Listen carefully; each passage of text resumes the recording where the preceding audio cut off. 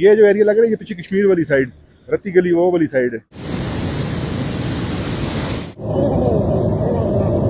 Dairy का शहद है जो सबसे आला शहद, सबसे बेहतरीन। के बाद 2 माह के बाद ये तैयार हो जाता है। 3 महीने में तैयार हो जाता है। महीने में क्लियर।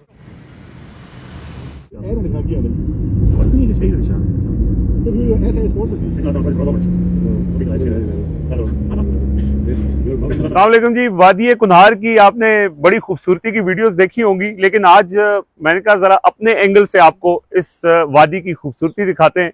तो ये सफर हमने शुरू किया है दरियाए कुन्हार के बिल्कुल साथ साथ चलते हुए नारान और उससे ऊपर तक जाएंगे। तो ये जो जहाँ से मैं स्टार्ट कर रहा हूँ ये बालाकोट, तहसील बालाकोट, गढ़ी हबीबुल्ला के पास बांडा मोड़ से इसका स्टार्ट हम कर रहे हैं। और आप देखें कि वैसे ही मानसून बारिशों की वजह से मौसम बहुत ज़बरदस्त हुआ है, लेकिन इससे ऊपर और ज़्यादा खूबसूरती है।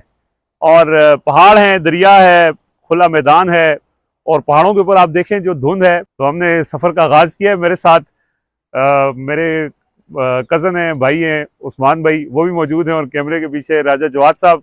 राजा जवाद साहब जो है वो ख़ुद बड़े माउंटेनियर हैं, और कोई ऐसा इलाका, कोई ऐसी पहाड़ी इन्होंने नहीं छोड़ी हुई। तो इन्होंने कहा कि यार हमें भी ज़रा थोड़ा बताएं ऐसे इलाके के जो ब्यूटी इससे पहले नहीं एक्सप्लोर हो सकी है। ऐसा जरा थोड़ा सा बताएं ना अपने एक्सपीरियंस के बारे में। हाइकिंग के जो लोग शौकीन हैं या जो ऑफ रोडिंग के शौकीन हैं उनके लिए बहुत बहुत अपॉर्चुनिटी है हमारे इलाके के अंदर।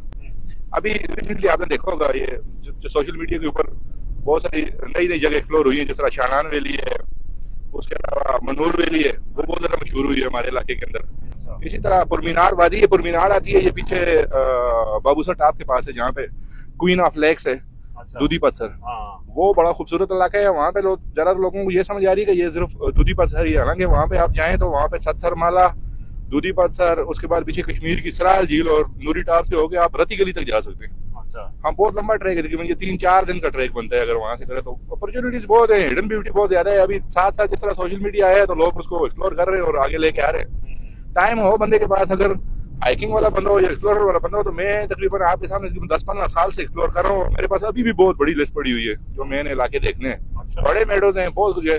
कागान वैली के अंदर बहुत कुछ है जो अभी तक लोगों से छुपा हुआ है। पहला स्टॉप हमारा है बालाकोट, और बालाकोट तहसील है, तहसील हेडक्वार्टर है, बड़ा एक तारीखी शहर है। बालाकोट के हवाले से 2 तारीख में वाक़यात हैं। एक तो यहाँ पे बड़ी लड़ाई हुई थी, सैयद अहमद शहीद और शाह इस्माइल शहीद का यहाँ पे मज़ार है।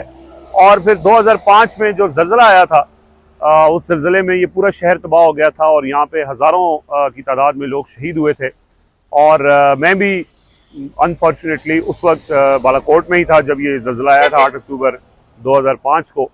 तो उसके बाद अब दोबारा ज़ाहिर है 20 साल गुजर गए, शहर बस चुका है, और पूरी वादी कागान तहसील बालाकोट के ही सारा वो एरिया है। तो ये पहला स्टॉप है, और इस शहर के हवाले से बड़ा तारीखी शहर है। वैसे तो इस पर पूरी अलग से वीडियो हो सकती है, लेकिन चूंकि हम यहाँ पे पहला हमने स्टॉप किया था, तो यहाँ से आगे हमारा सफ़र शुरू होगा पूरी वैली का।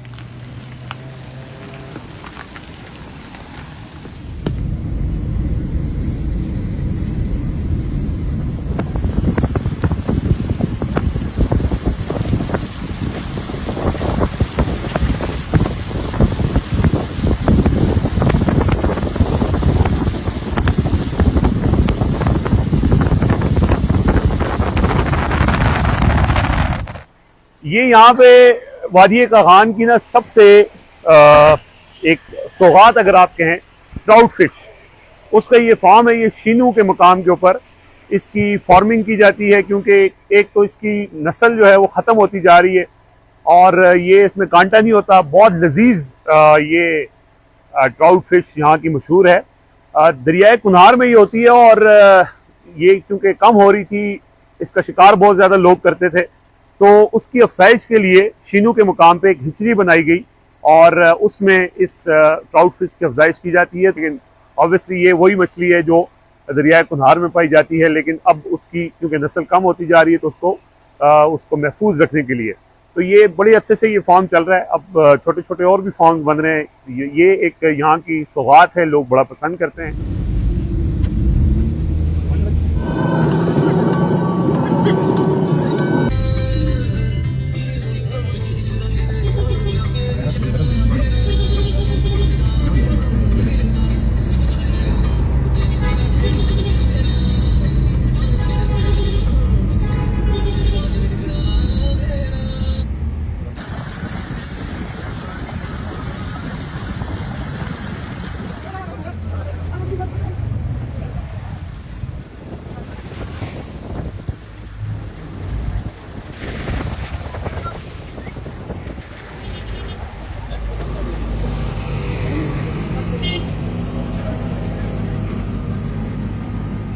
के हवाले से अगर बात करें तो यहाँ पे ना कोई ज़्यादा वैरायटी नहीं है। मकामी लोग यहाँ पे साग या मकई की रोटी इस तरह की चीज़, तो वो बहुत ज़्यादा लोग मतलब वो आप जब वैरायटी ना हो तो फिर यही होता है कि बाकी जो खाते, अब ये आप देखें पंजाब फूड्स, नारायण के अंदर पंजाब फूड्स का मतलब ये है कि यहाँ की अपनी कोई खाने के हवाले से कोई ज़्यादा वैरायटी नहीं होती। सो इसलिए फिर बाकी जो चीज़ें बारबेक्यू हो, उसके अंदर यही जो हमारी कढ़ाइयाँ हैं, पाकिस्तानी हो, पंजाब के लोग हों, पाकिस्तानी हो, जब तक कढ़ाई ना खाएं उनका जो है वो खाना ही पूरा नहीं होता, ये रोटी सालन वाला काम ना हो। सो इसलिए यहाँ पे बहुत ज़्यादा रेस्टोरेंट हैं, पूरे पाकिस्तान से लोग आते हैं यहाँ पे बिजनेस करते हैं। ये एक बहुत बड़ी बिजनेस अपॉर्चुनिटी है, यहाँ पे लोगों को रोजगार मिलता है। अब ये पंजाब फूड जहाँ पे मैं खड़ा हूँ, यहाँ पे कोई 70 से 80 लोग काम करते हैं और वो पूरे पाकिस्तान से आते हैं, कुक हैं वो पंजाब से आते हैं, बाकी स्टाफ भी आता है। तो एक लोगों के लिए एक अपॉर्चुनिटी भी है, जॉब अपॉर्चुनिटीज होती हैं। और ये मसला ये है कि यहाँ पे सीजन के अंदर काम होता है, मुख्तसर सीजन होता है, फिर बहुत से मसाइल हैं यहाँ पे, मतलब वो फैसिलिटीज जो हुकूमत को प्रोवाइड करनी चाहिए वो नहीं होती हैं, रोड्स इंफ्रास्ट्रक्चर उस तरह से नहीं है। लेकिन उसके बावजूद भी यहाँ पे ज़ाहिर है बिजनेस का एक बहुत बड़ी यहाँ पे सर्कुलेशन होती है। लाखों लोग जब ये सीजन होता है तो उसमें लाखों लोगों की 15 से 20 लाख लोग आते हैं यहाँ पे, और ज़ाहिर है वो पैसे खर्च करते हैं, एक नई इकॉनमी भी जनरेट होती है, लोगों को रोजगार भी मिलता है। लेकिन अगर ये सारा साल चलता रहे तो ज़्यादा अच्छा है।